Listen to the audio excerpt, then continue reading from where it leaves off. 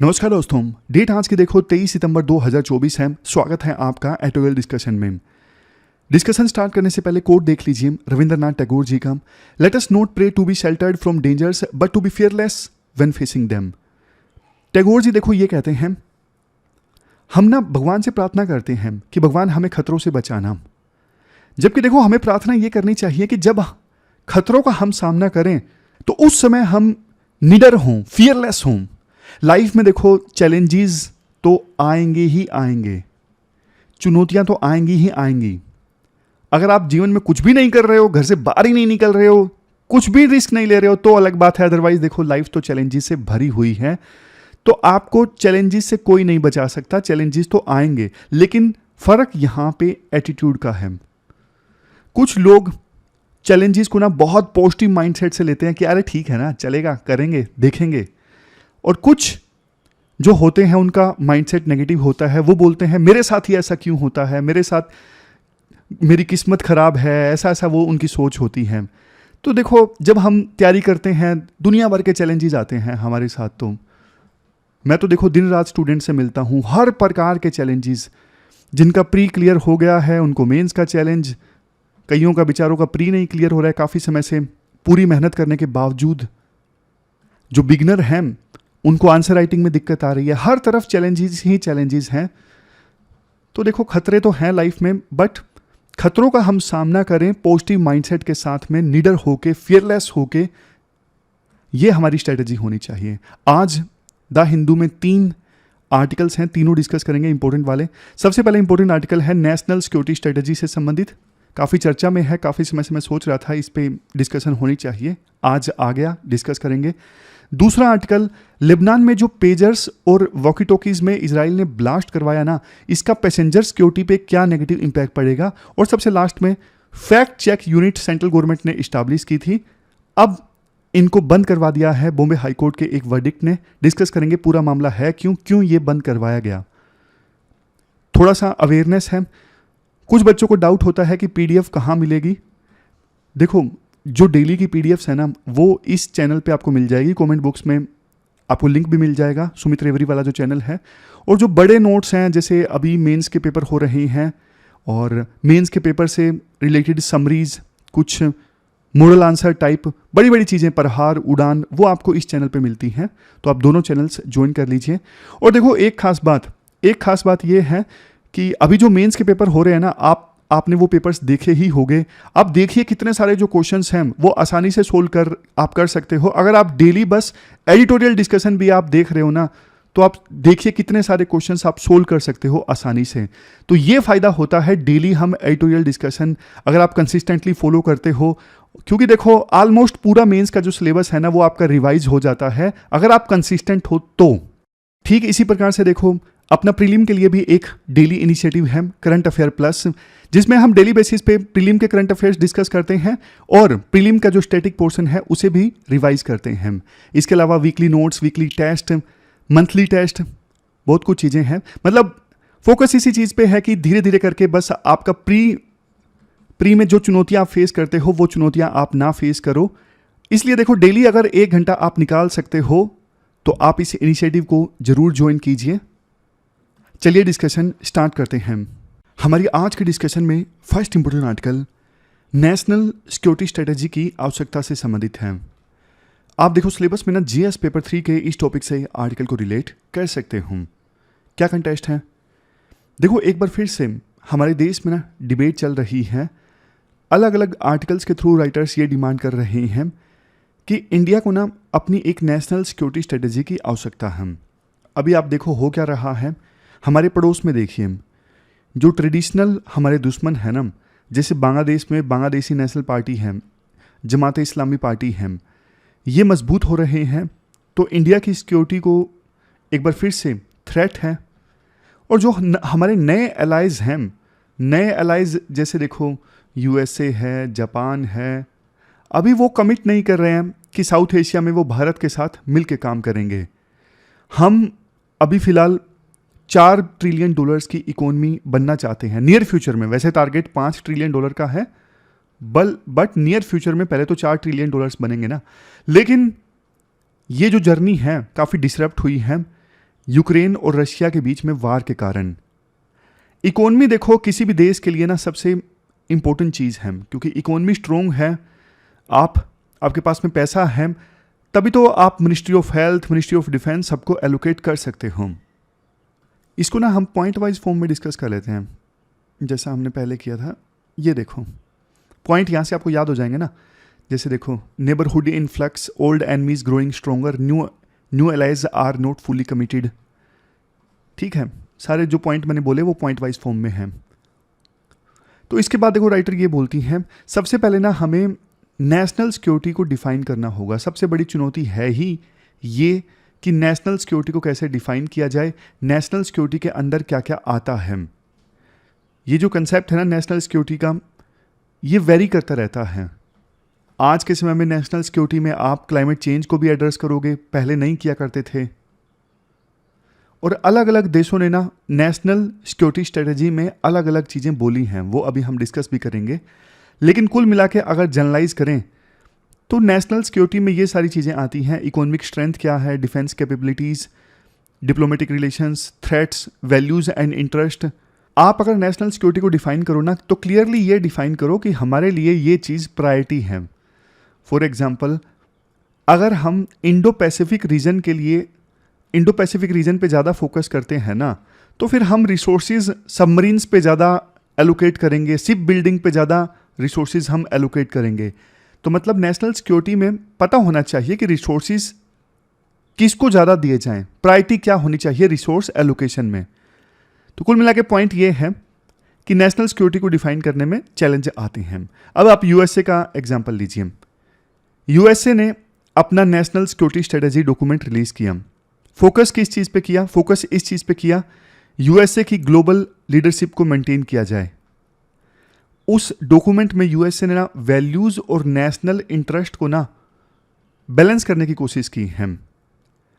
अब आप देखिए यूएस की हिपोक्रेसी देखिए आप। वैसे यूएसए बोलता है हम सबसे पुरानी डेमोक्रेसी हैं, लेकिन बावजूद इसके यूएसए अपने इकोनॉमिक गेन्स के लिए डिक्टेटर्स को सपोर्ट करता है मिडिल ईस्ट में या फिर दूसरी जगहों पर। तो ये यूएसए की हिपोक्रेसी है। इंडिया उस प्रकार से हिपोक्रिटिकल नहीं हो सकता। बाइडन के समय जो ये नेशनल सिक्योरिटी स्ट्रेटजी डॉक्यूमेंट लाया गया ना, इसमें वैल्यूज जो वर्ड है ना 29 टाइम्स मेंशन है। लेकिन देखो अच्छी बात ये है, यूएसए का ये जो डॉक्यूमेंट है ना नेशनल सिक्योरिटी स्ट्रेटजी, ये अलग अलग फिर डिपार्टमेंट्स की स्ट्रेटजी को ना डायरेक्शन देता है। जब ये आ गया तो उसके बाद यूएसए के डिफेंस डिपार्टमेंट ने अपना अलग से डॉक्यूमेंट बनाया, होम डिपार्टमेंट ने अलग से बनाया। उसी प्रकार से इंडिया में ये नेशनल सिक्योरिटी स्ट्रेटजी बनती है ना, तो ये एक डायरेक्शन देगी अलग अलग मिनिस्ट्रीज को, अलग अलग डिपार्टमेंट्स को। नेक्स्ट पॉइंट, यूएसए का जो ये डॉक्यूमेंट है ना एनएसएस वाला, इसमें देखो यूएसए की पावर्स को प्रोजेक्ट किया गया है कि यूएसए कितना पावरफुल है। इसके मकसद ना अब दोनों हैं, इंटरनल भी हैं और एक्सटर्नल भी हैं। एक्सटर्नल मकसद ये है, जैसे जो इमर्जिंग कंट्रीज है ना जो यूएसए के लिए थ्रेट हैं, जैसे चाइना है, उनके अंदर थोड़ा खौफ पैदा किया जा सके, ये मकसद है पावर प्रोजेक्शन का। और इंटरनल मकसद तो ये है अब जाहिर तौर पे अपने वोटर्स को बताना, प्राइड महसूस करवाना, वो सारी चीज़ें। और एक चीज़, यूएसए ने जो ये national security strategy document release किया ना, इसी के बेसिस पे यूएसए की कांग्रेस ने ना फिर रिसोर्सेज एलोकेट किए हैं, बजट सैंक्शन किए हैं। मान लीजिए यूएस की नेशनल सिक्योरिटी स्ट्रेटजी में ये बोला गया कि चाइना एक थ्रेट है, तो उन चीज़ों को ज़्यादा तवज्जो दी गई जिनसे चाइना से निपटा जा सके। तो मतलब जो थ्रेट बताई गई ना, उसी के लिए फिर रिसोर्स ज़्यादा एलोकेट हुआ है और बजट पास करने में उन्हीं चीज़ों को ज़्यादा तवज्जो दी गई है। मतलब आप कह सकते हो national security strategy guiding light है बजट एलोकेशन में भी। अब यूके का एग्जांपल दिया जाता है। यूके में भी एक डॉक्यूमेंट आया, इंटीग्रेटेड रिव्यू। अब वैसे देखो यूके जो है ना वो ढल्लू पावर है। ढल्लू पावर मतलब टाइम बीत चुका है, लेकिन फिर भी अपने आप को थोड़ा असर्ट करने की कोशिश करते हैं। उतनी औकात इनकी बची नहीं है अभी फिलहाल। मतलब जैसे राइटर तो एग्जांपल देती हैं, बोलती हैं कि यार ये अपना एयरक्राफ्ट कैरियर खरीद नहीं पा रहे हैं, और बात करते हैं कि अपने एलाइज से मिलके ग्लोबल ऑर्डर सेट करेंगे, और खुद को इस प्रकार से दिखा रहे हैं European power with global interest. कुल मिला के यूके के संदर्भ में पॉइंट ये है, अपने आप को as a global power present कर रहे हैं, लेकिन रिसोर्सेज कुछ नहीं है इनके पास में, रिसोर्सेज की लिमिटेशन है। फ्रांस ने भी 2022 में अपना सिक्योरिटी डॉक्यूमेंट रिलीज किया था। उस समय यूक्रेन वार चल रहा था और फ्रांस का भी मकसद था कि अपने आप को यूरोपियन लीडर के तौर पे प्रेजेंट करना। तो उस सिक्योरिटी डॉक्यूमेंट में ना फ्रांस के पास में न्यूक्लियर वेपन्स हैं, फ्रांस न्यूक्लियर डेटरेंट है, मतलब डेटरेंट का मतलब होता है डर पैदा करना। जिसके पास में न्यूक्लियर वेपन्स होते हैं ना, तो वो डर पैदा कर पाता है दूसरे देशों में कि आप हमारे ऊपर अटैक करोगे तो हमारे पास में न्यूक्लियर वेपन्स हैं, हम आपके ऊपर लॉन्च कर देंगे। तो ये मतलब होता है डेटरेंस का, डर पैदा करके उसे रोकना, वो आपके ऊपर अटैक ना करें। तो फ्रांस ने यूरोपियन लीडरशिप के लिए डॉक्यूमेंट रिलीज किया था, लेकिन कोई खास फायदा हुआ नहीं। बट फिर भी सिक्योरिटी डॉक्यूमेंट इन्होंने रिलीज किया स्पेसिफिक पर्पज के लिए, वो फुलफिल नहीं हुआ, यूरोपियन लीडरशिप ज़्यादा इनको मिली नहीं, वो अलग बात है। अब इंडिया की बात करते हैं। इंडिया के देखो यूनिक चैलेंजेस हैं नेशनल सिक्योरिटी स्ट्रेटजी बनाने में। सबसे पहले सीक्रेसी वर्सेस ट्रांसपेरेंसी। देखो, जब हम नेशनल सिक्योरिटी स्ट्रेटजी बनाते हैं ना, तो हमें साफ साफ बताना पड़ता है कि ये हमारे लिए थ्रेट है, ये हमारा दुश्मन है। बट कई बार ना इंडिया साफ साफ बोलता नहीं है। जैसे इंडिया साफ साफ नहीं बोलता है कि चाइना हमारा दुश्मन नंबर 1 है। बजट में या फिर पार्लियामेंट में स्पीचेस होंगी, वहाँ पे चाइना का नाम रेयरली लिया जाएगा कि चाइना से हमें बहुत बड़ा खतरा है, चाइना हमारा दुश्मन नंबर 1 है। तो डायलेमा देखो ये है, मतलब कन्फ्यूजन ये रहती है, अगर क्लियरली थ्रेट बताए जाएं कि हाँ भाई चाइना से बड़ा खतरा है, यहाँ पे ईस्टर्न साइड में हमारे पास रिसोर्सेज कम है, यहाँ से चाइना अटैक कर सकता है, ये चीज़ें डायरेक्टली बताई नहीं जा सकती सिक्योरिटी स्ट्रेटजी में। अगर बताएंगे तो फिर सीक्रेट रखना पड़ेगा वो जो डॉक्यूमेंट है। अगर पब्लिक में रिलीज करना है तो फिर ये थ्रेट्स सीधा सीधा नहीं बताई जा सकती। कौन बताएगा कि हम इतना वल्नरेबल हैं? कोई नहीं बताएगा ना। अब जैसे ये न्यूज़ चैनल तो बता देते हैं कि हाँ comparison India versus China, India के पास में इतनी सबमरीन है, हमारे पास में इतने एयरक्राफ्ट कैरियर हैं। कोई सरकार खुद से अपनी कमियां थोड़ी ना बताएगी, ये दिक्कत आती है। अगर बताएगी तो फिर वो डॉक्यूमेंट सीक्रेट रहना चाहिए, फिर वो पब्लिक में नहीं आना चाहिए। नेक्स्ट चैलेंज सिक्योरिटी स्ट्रेटजी बनाने में ये है डिप्लोमेटिक बैलेंसिंग एक्ट। देखो आज के समय में ना कुछ भी बोलो, इकोनॉमी चाबी है हर एक प्रॉब्लम की, और चाइना की इकोनॉमी काफ़ी स्ट्रॉन्ग है। जो देश पावरफुल है ना इकोनॉमी के संदर्भ में, वो अपनी समस्याएं खुद हैंडल करता है, और बाकी जो देश हैं फिर वो एलाइज वगैरह बनाते हैं। जैसे राजनीति में होता है ना कि सबसे स्ट्रॉन्ग जो दल होता है, पार्टी होती है, वो खुद इलेक्शन लड़ती है और बाद में फिर बाकी पॉलिटिकल पार्टीज मिलके अलायंस बना लेती हैं कि हाँ इनसे निपटा जाए। उसी प्रकार से इंटरनेशनल पॉलिटिक्स में होता है। जो कम पावरफुल होते हैं, जिनकी इकोनॉमी थोड़ी कम स्ट्रॉन्ग होती है, वो ग्रुप बना लेती हैं। जैसे इंडिया पहले ग्रुप में नहीं बिलीव करता था, पहले हम नैम में बिलीव करते थे, नॉन अलाइन मूवमेंट। हमारी फॉरेन पॉलिसी नैम को फॉलो करती थी, पहले हम ग्रुप में नहीं विश्वास करते थे। बट अब इंडिया को समझ में आ गया कि भाई चाइना से तो ज़बरदस्त चुनौती है, चाइना हमसे काफ़ी पावरफुल हो गया है, और इनसे निपटने के लिए हमें लोग चाहिए, हमें देश चाहिए। तो इंडिया ने मल्टी अलाइनमेंट फॉलो करना स्टार्ट कर दिया।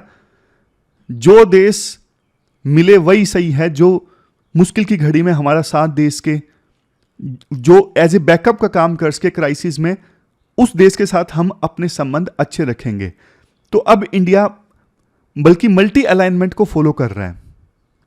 आप जैसे देखिए, एक तरफ क्वेड, अभी प्रधानमंत्री मोदी यूएस की यात्रा पर ही गए हुए हैं, वहां पे क्वेड की मीटिंग चल रही है। क्वेड काफ़ी ज़्यादा सुर्खियों में है, क्वेड मेंबर्स के बीच में कोऑपरेशन काफ़ी ज़्यादा सुर्खियों में है। बट इंडिया बोलता है क्वेड एक मिलिट्री ग्रुप नहीं है। क्वेड की मीटिंग भी होती है तो सिक्योरिटी कंसर्न्स को ना बायलैटरली डिस्कस किया जाता है। दो देश के जो प्रीमियर हैं वो आपस में डिस्कस करते हैं जो सिक्योरिटी कंसर्न्स हैं। इंडिया की रिक्वेस्ट पे क्वेड को एक मिलिट्री ग्रुप अभी तक नहीं बनाया गया है। दूसरी तरफ इंडिया ब्रिक्स का भी मेंबर है। BRICS China led economic grouping है। इंडिया के मन में कहीं ना कहीं ये छोटी सी बात है कि पूरी तरह से वेस्टर्न पार्टनर्स के ऊपर ओवर रिलाई ना हो जाएं हम, तो एक ब्रिक्स की जो मेंबरशिप है ना वो भी हमारे लिए इंपॉर्टेंट है। बट देखो चाइना के साथ अभी $85 बिलियन का ट्रेड डेफिसिट है, इसको मैनेज करना बहुत डिफिकल्ट हो रहा है। मतलब ना सिर्फ चाइना गलवान वैली में और बॉर्डर पे हमारे लिए थ्रेट है, बल्कि इकोनॉमिकली भी हमारे लिए थ्रेट है। तो कुल मिला के पॉइंट ये निकलता है, सिक्योरिटी स्ट्रेटजी में ना ये सारी बातें आप साफ साफ नहीं कह सकते कि हाँ हम वेस्टर्न काउंटर पार्ट्स यानी वेस्टर्न कंट्रीज पे पूरी तरह से रिलाई नहीं कर सकते, ये धोखा दे सकते हैं, तो इसलिए हम ब्रिक्स को भी सीरियस मानते हैं। ये सब बातें कहने की नहीं होती, सिक्योरिटी स्ट्रेटजी में नहीं बोल सकते। मतलब यूएसए जैसे देश देखो बोल सकते हैं, हम नहीं बोल सकते, अभी हम डेवलप कर रहे हैं। और इसके बाद नेक्स्ट पॉइंट है मिलिट्री कैपेबिलिटीज से संबंधित। और जैसे मैंने आपको बताया, देखो पाकिस्तान जैसे जो देश है ना वो अपना मिलिट्री बजट रिलीज करते हैं ना, वो बिल्कुल ट्रांसपेरेंट नहीं होता। ट्रांसपेरेंट इसलिए नहीं होता क्योंकि वो जानबूझ के ना चीज़ें बाहर नहीं आने देना चाहते। पता लग जाएगा दुनिया को कि पाकिस्तान की जो मिलिट्री है कितनी वनरेबल है, कितनी वीक है।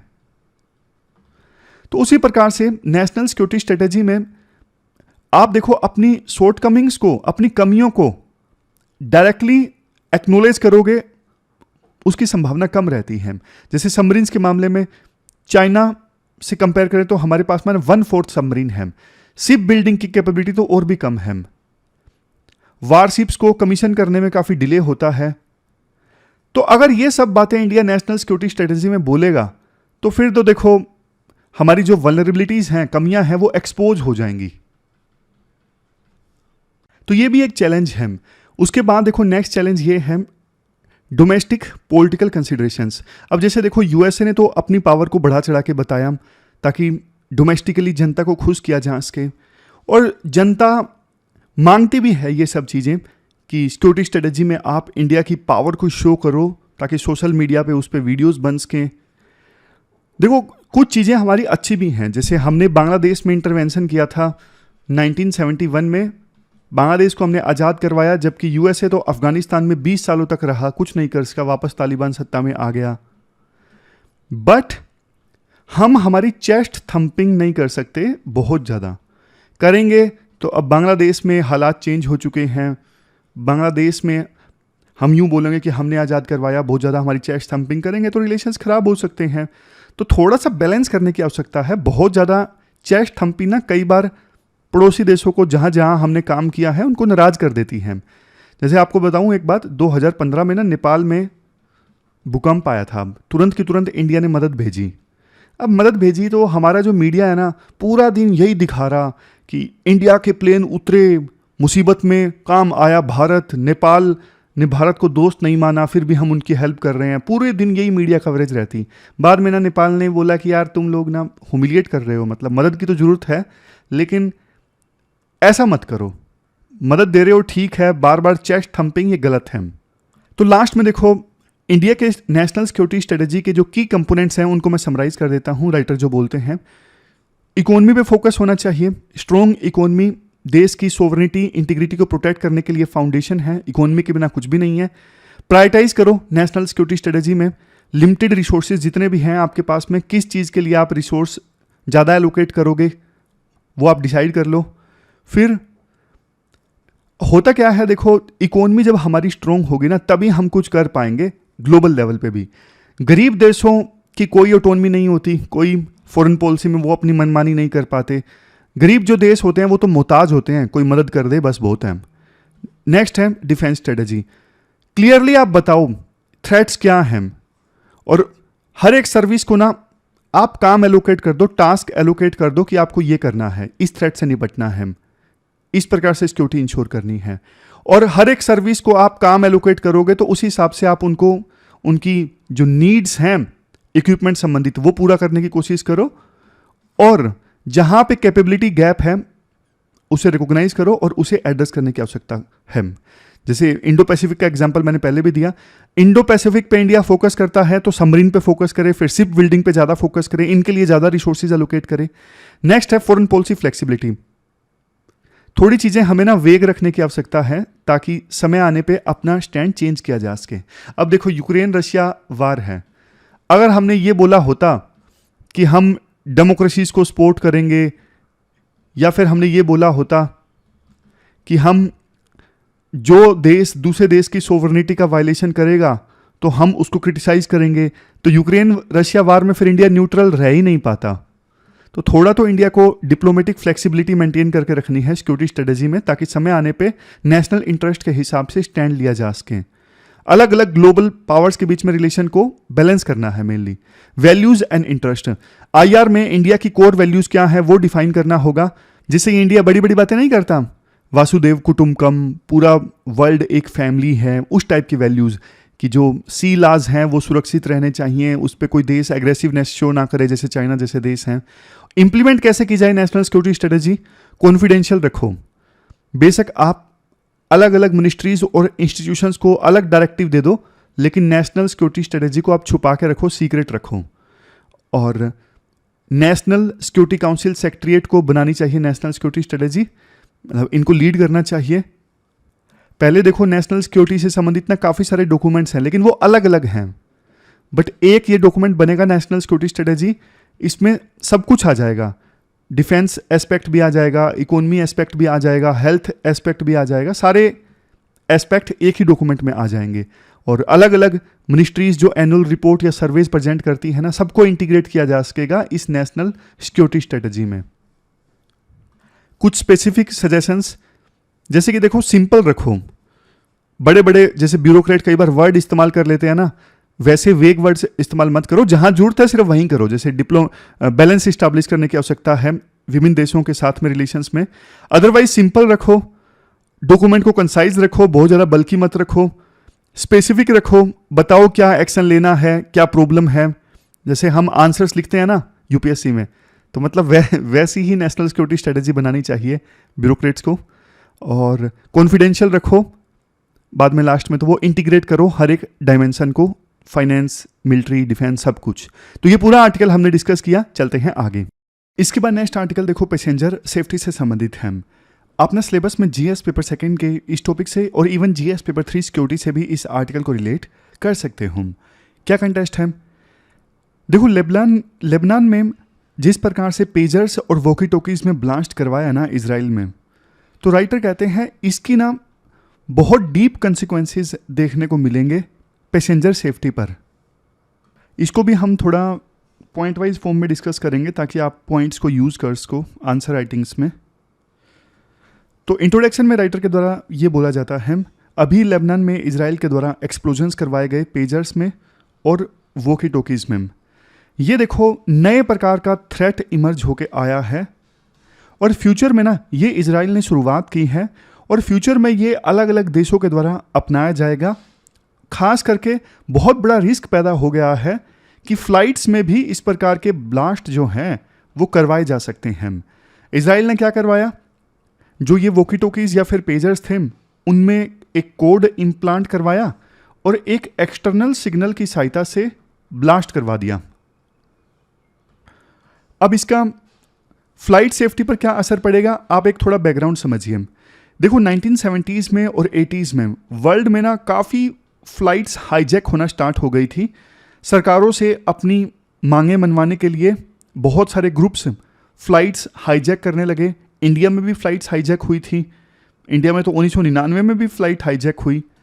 लेकिन जब देखो वर्ल्ड ट्रेड सेंटर पे हमला हुआ ना 2001 में, उसके बाद तो जो इंटरनेशनल सिविल एविएशन ऑर्गेनाइजेशन था ना, इन्होंने बहुत ही ज़्यादा स्ट्रिक्ट स्टैंडर्ड्स जारी किए कि ना पैसेंजर को पूरी तरह से जांच करने के बाद ही, सामान को पूरी तरह से जांचने के बाद ही अलाउ किया जाए फ्लाइट में ऊपर जाने के लिए, अदरवाइज ना अलाउ किया जाए।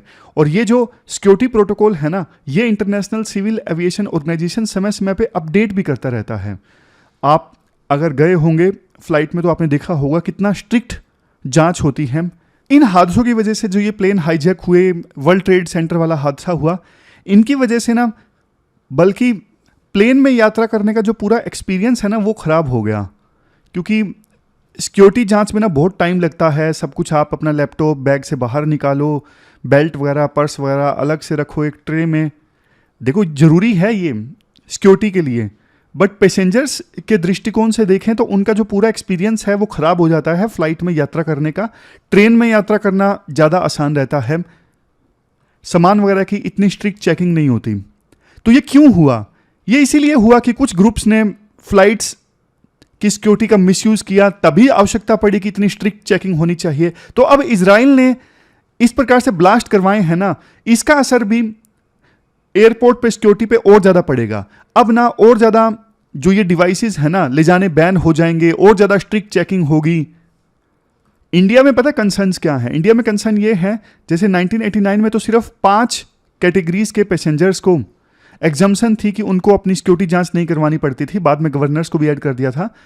बट ना अभी जो इंडिविजुअल्स की लिस्ट है ना जिनको एग्जम्पशन मिला है वहां पे फ्रिस्किंग से यानी सिक्योरिटी जांच से, उन पैसेंजर्स की लिस्ट काफी एक्सपेंडेड है। अब कई बार तो क्वेश्चनेबल बैकग्राउंड के जो लोग होते हैं उनको भी एग्जम्प्ट कर दिया जाता है एयरपोर्ट पे सिक्योरिटी जांच से। जबकि देखो ग्लोबल लेवल पे आप कंपेयर करोगे ना तो ज्यादातर कंट्रीज बहुत कम लोगों को एग्जम्पशन देती हैं कि हाँ इनकी जांच नहीं होगी, बहुत कम लोगों को एग्जम्पशन दिया जाता है। बट इंडिया में ये एग्जम्पशन लिस्ट जो है वो लेंथी है। दूसरा लूप होल इंडिया में ये है, कई बार आपने देखा होगा अगर हम प्लेन में यात्रा करते हैं ना तो वो कैबिन क्रू जो होता है वो डिक्लेयर करता है आप अपना फ़ोन जो है वो फ्लाइट मोड में डाल दीजिए। जानते हो वो क्यों बोलते हैं? क्योंकि ना पास्ट में एयर क्रैश हो चुका है, मोबाइल फ़ोन के सिग्नल की वजह से प्लेन चल रहा था ऑटो पायलट मोड में और सिग्नल में इंटरफेरेंस हुआ, प्लेन क्रैश हो गया। तो अब तो देखो लेटेस्ट प्लेन्स आ गए हैं, उन प्लेन्स में शील्ड मौजूद होता है मोबाइल के सिग्नल्स से बचाव के लिए कि मोबाइल के जो सिग्नल्स हैं वो इंटरफेयर ना कर पाएं। इस वजह से प्लेन के चारों ओर शील्ड होता है और फ़ोन भी बढ़िया क्वालिटी के आने लगे हैं। लेकिन फिर भी एहतियात के तौर पे कैबिन क्रू बोल देता है कि आप अपना जो फ़ोन है वो फ्लाइट मोड पे डाल दीजिए। अब इंडिया में इसे कोई फॉलो नहीं करता, फ्लाइट मोड पे बहुत कम लोग डालते हैं। बट फॉरेन कंट्रीज़ में, कुछ देशों में, सभी में नहीं, कुछ डेवलप कंट्रीज़ में बहुत सीरियसनेस है। जैसे जापान जैसे देशों में काफ़ी डिसिप्लिन है। जैसे ही प्लेन में बैठते हैं पैसेंजर्स वो अपना जो फ़ोन है वो फ्लाइट मोड में डाल देते हैं। बट हमारे देश में ये चीज़ थोड़ी कम देखने को मिलती है, डिसिप्लिन थोड़ा कम देखने को मिलता है। फिर नेक्स्ट देखो, इंटरनेशनल सिविल एविएशन ऑर्गेनाइजेशन के मैनुअल साफ तौर पे ये कहता है जो हैंड वाला लगेज होता है ना, जैसे बैग है, लैपटॉप है, वो सिर्फ पैसेंजर खुद ले जा सकता है, कोई और नहीं ले जा सकता। बट हमारे देश में कुछ जो वीवीआईपीज होते हैं उनका जो हेल्पिंग स्टाफ होता है वो वीवीआईपीज के लिए उनका लगेज प्लेन में छोड़ के आता है, फिर वापस आता है। तो यहाँ पे भी सिक्योरिटी ब्रीच हो सकता है। इसके बाद राइटर बोलते हैं मान लीजिए प्लेन में इस प्रकार का डिवाइस में ब्लास्ट करवा दिया, क्योंकि देखो जो टेररिस्ट हैं, इंसर्जेंट ग्रुप्स हैं, वो तो बिल्कुल डेस्परेट रहते हैं, कुछ भी करने को तैयार रहते हैं। तो उन्होंने इस प्रकार का ब्लास्ट मान लीजिए करवा दिया, तो फिर देखो जब फ्लाइट के अंदर ब्लास्ट होगा 40,000 फीट की ऊंचाई पर, तो कैबिन में आग लग सकती है। और जो ये प्लेन होते हैं ना, इनको 40,000 फीट की ऊंचाई पे ये काफ़ी प्रेशराइज्ड होते हैं। ये मतलब प्लेन के अंदर ना बाहर जितना प्रेशर होता है ना उससे ज़्यादा प्रेशर मेंटेन किया जाता है ताकि जो पैसेंजर्स हैं वो कंफर्टेबल स्टेज में रहें। बट एकदम से डिवाइस ब्लास्ट हो गया तो ना प्लेन अंदर से ना डीप्रेशराइज हो जाएगा। जैसे बैलून में, गुब्बारे में हम कोई तीखी जो बिल्कुल नुकीली चीज़ है, वो सुई वगैरह है, वो डालते हैं ना, एकदम से एयर रिलीज होती है। तो उसी प्रकार से एकदम से एयर रिलीज होगी और इतना जल्दी रिलीज होगी कि ऑक्सीजन मास्क भी लगाने में बहुत दिक्कत होगी उस समय। 15-20 सेकंड के अंदर आपने ऑक्सीजन मास्क लगा लिया तो ठीक है, अदरवाइज बहुत दिक्कत हो जाएगी। तो इसलिए ये बहुत गंभीर चीज़ है जो इजराइल ने किया है। इसका इम्पैक्ट देखो ऑलरेडी देखने को मिल रहा है। जैसे लेबनान की जो राजधानी है ना बेरूत, वहाँ से जो भी पैसेंजर ट्रैवल कर रहा है पेजर के साथ में या फिर वॉकी टॉकी के साथ में, उसे नहीं ट्रैवल करने दिया जा रहा है। फ्यूचर में देखो और भी देशों में एयरपोर्ट्स पे इस प्रकार के बैन लगेंगे, आप देखिएगा। क्या किया जा सकता है इंडिया में देखो ये किया जा सकता है, जो एग्जिस्टिंग रूल्स है ना उनको स्ट्रिक्टली फॉलो किया जाए। जैसे वीवीआईपीज का लगेज कोई और लेके जाता है, वायलेशन होता है, वो नहीं होना चाहिए। जिन पर्सन्स को एग्जम्पशन मिलता है सिक्योरिटी फ्रिस्किंग से, सिक्योरिटी चेकिंग से, वो लिस्ट बड़ी नहीं होनी चाहिए, सिर्फ इंपॉर्टेंट लोग हों उस लिस्ट में। और एयरक्राफ्ट पे ना वाईफाई के यूज़ पे बैन लगे ताकि गलती से भी जो एक्सटर्नल सिग्नल इजराइल ने भेजा ना पेजर में ब्लास्ट करवाने के लिए, तो कोई एक्सटर्नल सिग्नल ना आ पाए, इसके लिए एयरक्राफ्ट पे वाईफाई जो यूज़ होता है ना उस पे बैन लगे।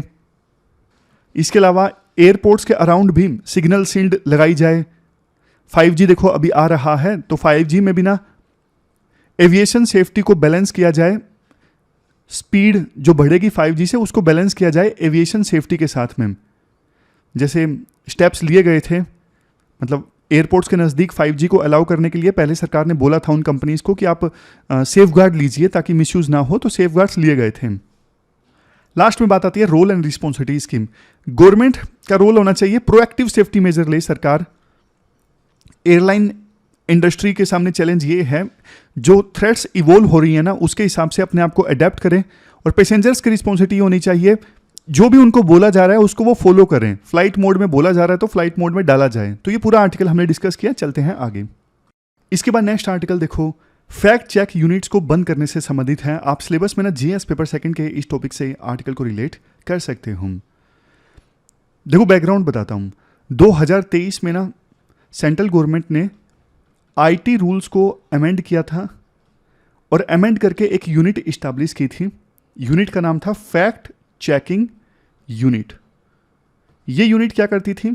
ये यूनिट ना सेंट्रल गवर्नमेंट से संबंधित जो इंफॉर्मेशन होती ना अलग अलग डिजिटल प्लेटफॉर्म्स पे, फॉर एग्जांपल ट्विटर पे, फेसबुक पे, इन सब पे जो अलग अलग टाइप की इंफॉर्मेशन होती ना सेंट्रल गवर्नमेंट से संबंधित, उनको जांचती, और अगर ये मिलता कि ये जो इंफॉर्मेशन है सेंट्रल गवर्नमेंट से संबंधित फेक है या फिर फॉल्स है या फिर मिसलीडिंग है, तो ये फैक्ट चेकिंग यूनिट को पावर दी गई थी रूल्स के अंदर कि ये fact checking unit digital platforms को बोलती, जैसे ट्विटर को, फेसबुक को, कि आप ये इंफॉर्मेशन हटा लीजिए अपने प्लेटफॉर्म से क्योंकि ये फेक है, फॉल्स है, मिसलीडिंग है। तो फिर उस प्लेटफॉर्म को ना, ट्विटर को, फेसबुक को, वो इंफॉर्मेशन हटानी पड़ती प्लेटफॉर्म से, और अगर वो नहीं हटाते फैक्ट चेक यूनिट के कहने के बाद, तो अभी जो सेफ हार्बर का प्रोटेक्शन मिला हुआ है ना इन प्लेटफॉर्म्स को, सेफ हार्बर का प्रोटेक्शन मतलब इन प्लेटफॉर्म्स पे कोई यूजर अगर गलत कंटेंट लिखता है तो इसकी जिम्मेदारी इन प्लेटफॉर्म्स की नहीं है। यूजर अगर गलत कंटेंट पोस्ट करता है तो इसके लिए प्लेटफॉर्म पे केस नहीं चलाया जा सकता। यही है सेफ हार्बर का प्रोटेक्शन। तो ये बोला गया था कि अगर फैक्ट चेक यूनिट के कहने पे false information, fake information, misleading information central government के बारे में वो नहीं हटाई जाती है इन प्लेटफॉर्म्स के द्वारा, तो वो सेफ हार्बर का प्रोटेक्शन खत्म हो जाएगा और केस चलेगा फिर इन प्लेटफॉर्म्स के अगेंस्ट। तो ये पूरी चीज हुई थी। अब बॉम्बे हाई कोर्ट का ना एक वर्डिक्ट आया है, 3 जजेस की बेंच थी, 2-1 से वर्डिक्ट आया है, और उन्होंने जो रूल्स अमेंड करके ये फैक्ट चेक यूनिट इस्टेब्लिश की गई थी ना, उन रूल्स को स्ट्राइक डाउन कर दिया है। क्या बोला गया है जजेस के द्वारा ये वर्डिक्ट देते वक्त? सबसे पहली चीज जजेस के द्वारा ये बोली गई है, ये freedom of speech and expression के अगेंस्ट है। सेंट्रल गवर्नमेंट ने बोला, देखो freedom of speech and expression का जो अधिकार है ना वो एब्सोल्यूट नहीं है। Freedom of speech and expression के नाम पे आप झूठी इंफॉर्मेशन नहीं स्प्रेड कर सकते। तो जजेस ने बोला, देखो आर्टिकल 19(2) में ना रिस्ट्रिक्शंस बताई हुई हैं, कब freedom of speech and expression को रिस्ट्रिक्ट किया जा सकता है, जैसे friendly relations with foreign states, public order, decency और मोरालिटी। ये सब क्या है? ये सब रीजंस बताए गए हैं कि इनके नाम पे freedom of speech and expression को दबाया जा सकता है। लेकिन इन एक्सेप्शंस में ना फॉल्स न्यूज़, फेक न्यूज़ नहीं लिखा हुआ है, तो इसलिए आप फॉल्स न्यूज़ के नाम पे freedom of speech and expression को वायलेट नहीं कर सकते। एक बात ये बोली जजेस ने। दूसरी बात जजेस ने ये बोली कि इसमें सिर्फ गवर्नमेंट से रिलेटेड इंफॉर्मेशन का जिक्र किया गया है, बाकी कोई इंफॉर्मेशन का जिक्र नहीं किया गया है, तो ये भी गलत चीज है। दूसरा, आपने ये वर्ड्स को डिफाइन नहीं किया, फॉल्स का मतलब क्या है, फेक का मतलब क्या है, मिसलीडिंग का मतलब क्या है, आपने ये डिफाइन नहीं किया। तो इस वजह से आप ना अपनी पावर्स का मिसयूज कर सकते हो। मतलब जो भी सेंट्रल गवर्नमेंट को अच्छा नहीं लगता कि हाँ भाई ये इंफॉर्मेशन हमारे बारे में सही नहीं है, ये हमें अच्छी नहीं लग रही है, तो उस इंफॉर्मेशन को हटवा सकती थी central government in fact check units के थ्रू। तो ये गलत था, ये डेमोक्रेसी के लिए सही नहीं था कि सेंट्रल गवर्नमेंट को जो इन्फॉर्मेशन अच्छी नहीं लगे वो हटवा दें इन फैक्ट चेक यूनिट्स के थ्रू। इससे तो देखो जो कॉमेडियन थे और जो सटायर करते हैं, व्यंग्य करते हैं, उन सबको भी प्रॉब्लम हो सकती थी। वो सेल्फ सेंसरशिप के मोड में आ गए कि यार कुछ भी हम करेंगे तो हमारे खिलाफ कार्रवाई हो सकती है। तो ये सारे रीजन बताए गए जजेस के द्वारा, और इन फैक्ट चेकिंग यूनिट्स को इस्टेब्लिश करने के लिए जिन रूल्स का अमेंडमेंट किया गया था ना 2021 आईटी रूल्स, उन रूल्स को स्ट्राइक डाउन कर दिया है, उन अमेंडमेंट को स्ट्राइक डाउन कर दिया है। तो ये सारे कारण दिए गए हैं। तो आप ना एग्जाम्पल के तौर पे इस्तेमाल कर सकते हो बॉम्बे हाई कोर्ट के इस वर्डिक्ट को। Freedom of speech and expression के बारे में कुछ भी लिखना हो तो ये वर्डिक्ट का आप इस्तेमाल कीजिएगा। चलते हैं आगे। इसके बाद देखो लास्ट में स्टैटिक रिवाइज कर लेते हैं थोड़ा सा कीवर्ड्स के माध्यम से। Rights of sex workers in India. Supreme court ने ना हाल ही में सेक्स वर्क को एज ए प्रोफेशन के तौर पे रिकॉग्नाइज किया और ये बोला सेक्स वर्कर्स के पास में भी राइट टू डिग्निटी और इक्वल प्रोटेक्शन का अधिकार है। ये बात सुप्रीम कोर्ट ने ना आर्टिकल 142 के तहत केस की सुनवाई करते हुए बोली। सुप्रीम कोर्ट के पास एक अधिकार है आर्टिकल 142 के तहत कि वो जस्टिस इंश्योर करने के लिए ना कुछ भी ऑर्डर जारी कर सकते हैं। तो इसी आर्टिकल के अंतर्गत सुप्रीम कोर्ट ने ये ऑर्डर दिया। कुछ गाइडलाइंस जो सुप्रीम कोर्ट के द्वारा दी गई। नॉन इंटरफेरेंस, पुलिस ना एडल्ट सेक्स वर्कर्स के काम में ना इंटरफेयर नहीं करेगी और वो एडल्ट सेक्स वर्कर्स जो ना अपनी मर्जी से सेक्स वर्क का काम कर रहे हैं उनको क्रिमिनलाइज नहीं किया जाएगा। सुप्रीम कोर्ट ने ये बोला देखो एक तो कोई वॉलंटरी सेक्स वर्क कर रहा है ये तो लीगल है, बट एक दूसरा ब्रोथल्स चलते हैं, कोठे चलते हैं जो, वो सही नहीं है, वो इलीगल है। ये सुप्रीम कोर्ट ने अपनी गाइडलाइंस में बोला। नेक्स्ट पॉइंट, इवन ये बोला गया कि जो सेक्स वर्कर्स हैं उनको देखो राइट टू डिग्निटी है आर्टिकल 21 के अंतर्गत। इसके बाद नेक्स्ट फैमिली इंटीग्रिटी, जो सेक्स वर्कर्स के बच्चे हैं उनको अपनी मदर से अलग ना किया जाए सिर्फ उनके प्रोफेशन के कारण। नेक्स्ट ट्रैफिकिंग प्रिजम्पशन, जो माइनर्स मिलते हैं ब्रोथल्स में उनको देखो ऑटोमेटिकली ये ना माना जाए कि उनकी ट्रैफिकिंग करके उनको लाया गया है। नेक्स्ट इक्वल ट्रीटमेंट, पुलिस देखो जब सेक्स वर्कर्स केस फाइल करें ना, क्रिमिनल केस फाइल करें सेक्सुअल ऑफेंस वाला, तो पुलिस ना डिस्क्रिमिनेट ना करें उनके साथ कि तुम तो काम ही ये करते हो। नेक्स्ट आइडेंटिटी प्रोटेक्शन, मीडिया ना सेक्स वर्कर्स की जो आइडेंटिटी है वो प्रोटेक्ट करें लीगल ऑपरेशंस के दौरान। फिर आता है वे फॉरवर्ड। वे फॉरवर्ड में पहला बोला जाता है कॉम्बैटिंग वायलेंस। देखो जस्टिस वर्मा कमेटी ने 2016 में ये बोला था डेडिकेटेड पुलिस यूनिट्स होनी चाहिए सेक्स वर्कर्स से जो कंप्लेंट आती हैं उनको हैंडल करने के लिए।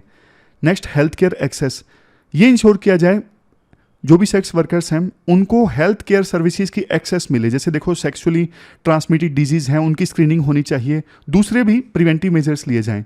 नेक्स्ट है destigmatisation. 72nd law commission of India की रिपोर्ट में जो 2018 में आई थी ये बोला गया था सेक्स वर्कर्स को ना एंटी ट्रैफिकिंग ट्रेनिंग में इंटीग्रेट किया जाए ताकि जो मिसकंसेप्शंस और डिस्क्रिमिनेशन होता है उनके साथ उससे कॉम्बैट किया जा सके। तो ये थी हमारी आज की डिस्कशन। लास्ट में क्वेश्चन देख लीजिए। ये सिंपल क्वेश्चन देखो आपको अटेम्प्ट करना है। नेशनल सिक्योरिटी स्ट्रेटजी से संबंधित क्वेश्चन आपको अटेम्प्ट करना है 15 वर्ड्स में, नहीं 15 मार्क्स का क्वेश्चन है, 250 वर्ड्स में आपको ये आंसर देना है।